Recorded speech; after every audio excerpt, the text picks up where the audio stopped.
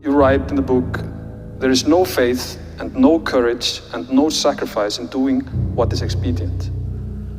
What do you say to those viewers that don't pursue their dreams and are locked in their careers because they are too afraid to take risks and pursue something meaningful? Well, the first thing I would say is, well, you should be afraid of taking risks and pursuing something meaningful.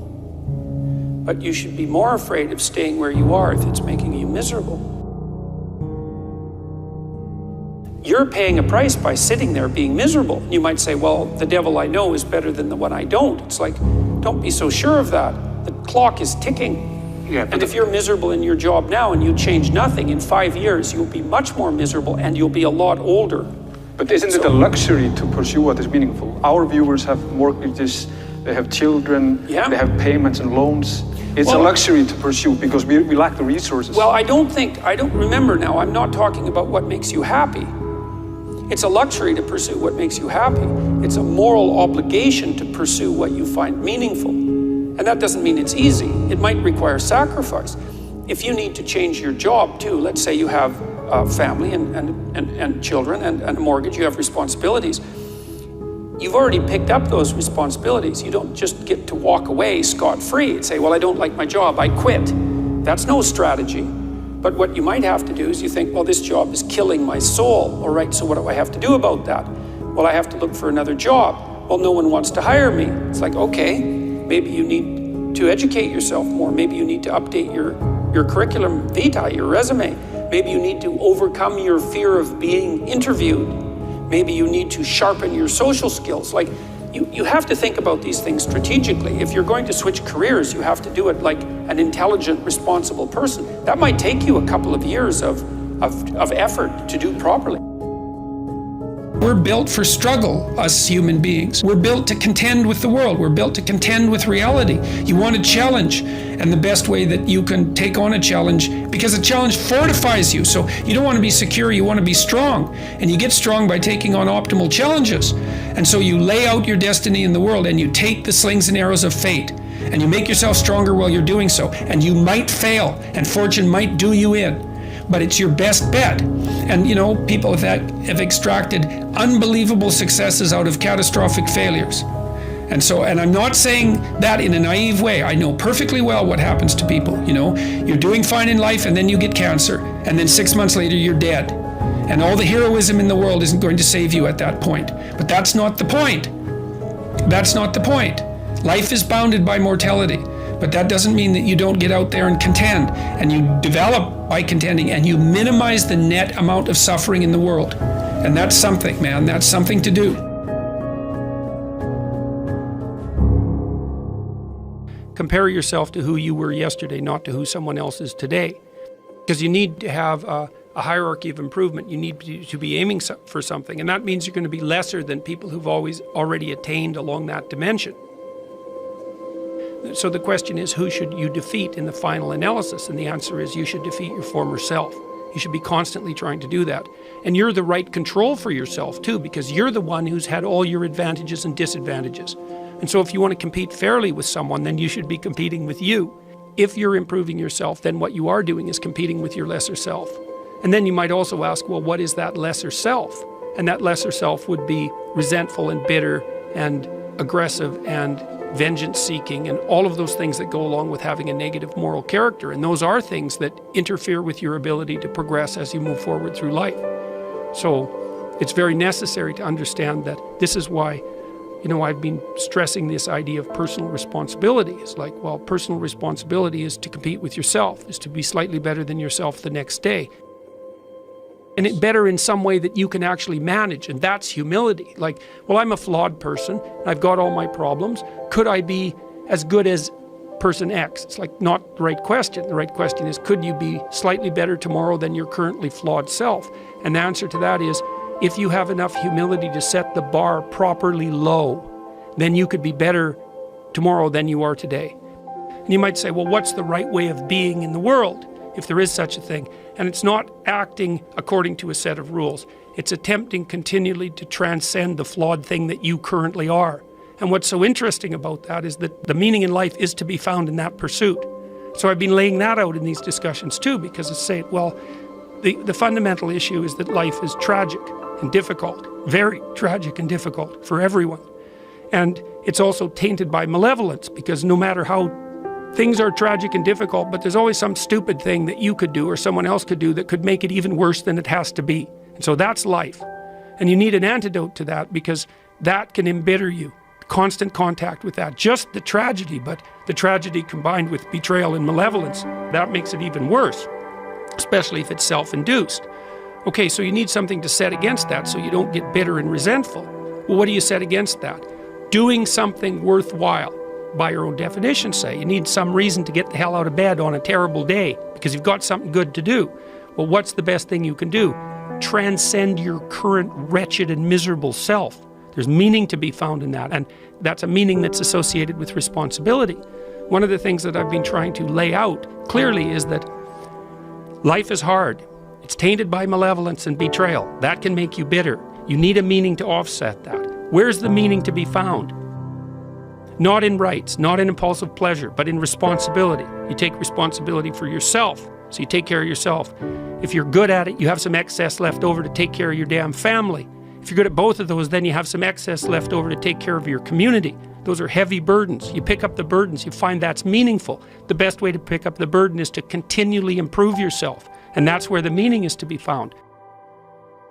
And so that meaning is in the continual self-transcendence. That's letting your old self die and the new self be reborn. Even if things are going really well for you now, there's going to be a time in the future where things are rough. You know, you're going to be ill, family member's going to be ill, a dream is going to fall apart, you're going to be uncertain about your employment status. Like the flood is coming, right? The apocalypse is coming. It's always the case in life. And you have to be prepared for it. And the question is how to prepare for it. And the answer to that is to find a way of being that works even under the direst of circumstances. You've got the possibility to slowly raise yourself out of the mire. You've got the possibility to do just what the fighter does when he's defeated, which is to say, well, regardless of the circumstances that might have led to my defeat, like even if there were errors on the part of the referee, this is no time to whine about it. This is a time to take stock of what I did wrong so that I could improve it into the future. And that's the right attitude. The point is, your best strategic position is, how am I insufficient and how can I rectify that? That's what you've got. And the thing is, you are insufficient and you could rectify it. Both of those are within your grasp if you aim low enough. And I don't mean don't aim, and I don't mean don't aim up, but you have to accept the fact that you can set yourself a goal that you can attain, and there's not going to be much glory in it to begin with. Because if you're not in very good shape, the goal that you could attain tomorrow isn't very glorious. But it's a hell of a lot better than nothing, and it beats the hell out of bitterness, and it's way better than blaming someone else. It's way less dangerous. And you could do it. And what's cool about it, it's one step on a very long journey. And it starts to compound on you. So a small step today puts you in a position to take a slightly bigger step the next day. And then that puts you in a position to take a slightly bigger step the next day. And you do that for 2 or 3 years, man, you're starting to stride. I don't know how many people have come and told me. It's so strange. They said, well, I started making my bed and that made all the difference. It's like, well, yeah, you decided to aim up, man. And the first concrete instantiation of that was that you made your bed. And you think, well, that's nothing heroic. It's like, no, but aiming up is heroic. That's something. And then lowering yourself to the point where you're not above the mess in your room. You know, you're not superordinate to that. You lower yourself so that you straighten up. You're grateful for what you have right in front of you, and you take care of it and you put it in order. It's like all of a sudden things start to get better. And one of the reasons that audiences are responding to what I've been saying in my lectures and what I've been writing about is that I don't tell people that they're okay the way they are. No, I say, no, you could be way more than you are. And they're relieved about that, you see, because if you're in a dark and terrible place and someone says you're okay the way you are, then you don't know what to do about that. It's right. Like, no, I'm not. I'm having a terrible time and I'm hopeless. You're okay the way you are. Well, then what? That's it? That's where I am? And what do you want to tell a young person? You're 17. You're okay the way you are. It's like, no, you're not. You got 60 years to be better. And you could be way better. You could be incomparably better across multiple dimensions. And in pursuing that better, that's where you'll find the meaning in your life. And that will give you the antidote to the suffering. This is the trick, though. You have to pick a path of discipline. What path of discipline you have to pick is a different issue. So there could be a rule. The rule might not be follow this rule. The rule might be you have to follow some rules. So it's a meta rule. And the meta rule is you have to discipline yourself. And the issue is, well, how? That's not really the relevant question. You can pick a disciplinary path. That's why I often tell my clients, especially young people, they say, well, I don't know what to do. It's like, that's okay. Nobody does. Go do something. Do the best thing that you can think of. Put the best plan you have into practice. It's not going to be perfect, and it will change along the way. But it will change partly because you become disciplined pursuing the path. And as you become disciplined, you become wiser. And as you become wiser, you become able to formulate better and better plans. So you can start vaguely and confused and develop a plan that's not so great, and you start to implement it. And then you accrue incremental wisdom as you implement your flawed plan. And that enables you to fix the plan. And so that's part of that process of incremental self-improvement as well. Imagine you only have $100,000 to go buy a house. And so you go look at this house, and it's like, Jesus, this house, man, it's like it needs a lot of work. It's like, well, that's all you've got. Well, are you going to pretend that the house is okay the way it is? Or are you going to look for where it's rotten and where the plumbing doesn't work and where the stove doesn't work? You have to go and look and see where everything needs to be fixed. And that is harsh, man. And then in order to do that properly, someone has to have taught you, look, you aren't your problems. You're most fundamentally that which, if it confronts its problems, can solve them. And that's the hero myth in a nutshell, by the way. The hero is the person who confronts horrible, chaotic potential and tames it and makes something of it, right? That's the fundamental human story. But the problem is that you have to face what you don't want to face in order to fix it. So you look at all the things about yourself that need to be burned off, that need to be dispensed with.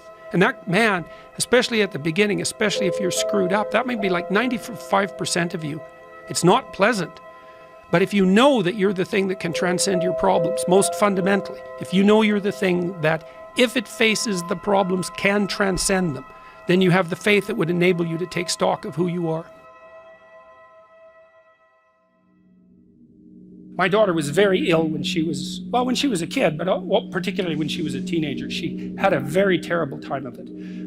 She had juvenile rheumatoid arthritis, and when she was between the ages of 14 and 16, it first destroyed her hip, which had to be replaced, and then it destroyed the ankle on her other leg, which had to be replaced. And she walked around for 2 years on broken legs, and she was taking massive doses of opiates and could hardly stay awake. And as a test of your faith, there's almost nothing that's more direct than a serious illness inflicted upon an innocent child, right? And so the chapter's a meditation on that, and also on, well, what to do in a situation like that, because everyone is going to have a situation like that in some sense, because you'll be faced with illness in the people that you love and in crisis. And so it's a practical guide to coping with those sorts of things. And one of the things you do when you're overwhelmed by crisis is you shorten your time frame.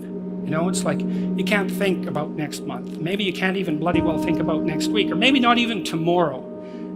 Because now is just so overwhelming that that's all there is. It's like, and that's what you do. You cut your time frame back until you can cope with it. And if it's not the next week that you see how to get through, then it's the next day. And if it's not the next day, then it's the next hour. And if it's not the next hour, then it's the next minute. And people are very, very, very, very tough. And it turns out that if you face things that you can put up with a lot more than you think you can put up with, and you can do it without becoming corrupted. You have to be alert when you're suffering. You have to be alert to the beauty in life, the unexpected beauty in life. And you have to look for that little bit of sparkling crystal in the darkness when things are bad. You have to look and see where things are still beautiful and where there's still something that's sustaining. And you narrow your time frame and you be grateful for what you have, and that can get you through some very dark times. And maybe even successfully if you're lucky. But even if unsuccessfully, then maybe it's only tragic and not absolute hell. And you can do that, in the worst situation. You can make it only tragic and not hell.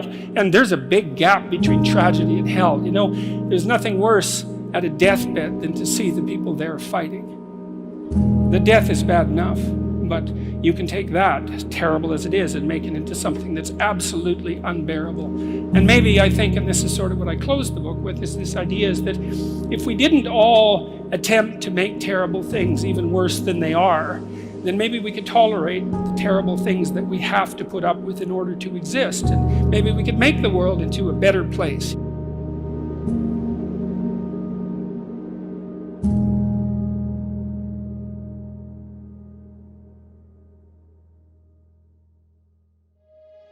It's a constant storm to try to figure out what you're about, and you change. At 26, you're all about the hustle, you're gonna be a billionaire, this and that, and then you go to the bar one night and you fall in love, and it changes what you care about, right? And then you have a child, and then this happens, and then that happens. Things change. You just have to always consistently try to figure out what's driving you, and not because other people are watching, and not because that's what your dad wants, and not because that's what you said was gonna happen, and it doesn't look like it, and your family's gonna judge you. You just have to be as real with yourself as possible, and that is a very difficult struggle, but when you're not, you create enormous vulnerability and unhappiness. Truthful conversations redeem people. Because if you come to a clinical psychologist whose worth is salt, you have a truthful conversation. The conversation is, well, here's what's wrong with my life, and here's what caused it. You know, maybe it takes a year to have that conversation, and here's how it might be fixed. Here's what a beneficial future might look like. And so it's a completely honest conversation if it's working well. And all that's happening in the conversation is that the two people involved are trying to make things better. That's the goal. Let's see if we can have a conversation that will make things better. I think one of the factors in the resistance to these ideas of discipline and of taking responsibility for yourself is people recognizing that they're not doing that in their own lives, and they get upset, and instead of looking internally, they try to attack the thing that's upsetting them. They attack your message, they attack the philosophy behind it, rather than look internally and objectively and having some sort of introspective point of view where you go, okay, am I reacting to this because this resonates? Like I'm missing this aspect of my life? Does this diminish me? Or is this guy pointing something out that I can benefit from? Very few people are willing to do that. Very few people are willing to take that critical moment to look at their own behavior and look at their own thought process and wonder if the actual adverse reaction they have to this person's message is because they know that they're wrong. Start the process of becoming much more honest with yourself. It will help you make much better decisions, and it will help you in the long run. It may not taste as fun or as glamorous in the short term, but it will put you in a much better position. Stop doing the things that you know are wrong that you could stop doing. Right? So it's a fairly limited attempt. First of all, we're not going to say that you know what the good is or what the truth is in any ultimate sense. But we will presume that there are things that you're doing that for one reason or another you know are not in your best interests. There's something about them that you just know you should stop. They're kind of self-evident to you. Other things you're going to be doubtful about. You're not going to know which way is up and which way is down. But there are things that you're doing that you know you shouldn't do. Now, some of those you won't stop doing for whatever reason. You don't have the discipline, or maybe there's a secondary payoff, or you don't believe it's necessary, or it's too much of a sacrifice, or you're angry or resentful or afraid, who knows. But there's another subset that you could stop doing. It might be a little thing. Well, that's fine. Stop doing it and see what happens. And what'll happen is your vision will clear a little bit. And then something else will pop up that you will also know you should stop doing and that you could stop doing. And you could do that repeatedly for an indefinite period of time. And you know, that doesn't necessarily mean that you're going to ever be able to formulate a clear and final picture of what constitutes the truth and the good. But it does mean that you'll be able to continually move away from what's untruth and what's bad. And you know, that's not a bad start.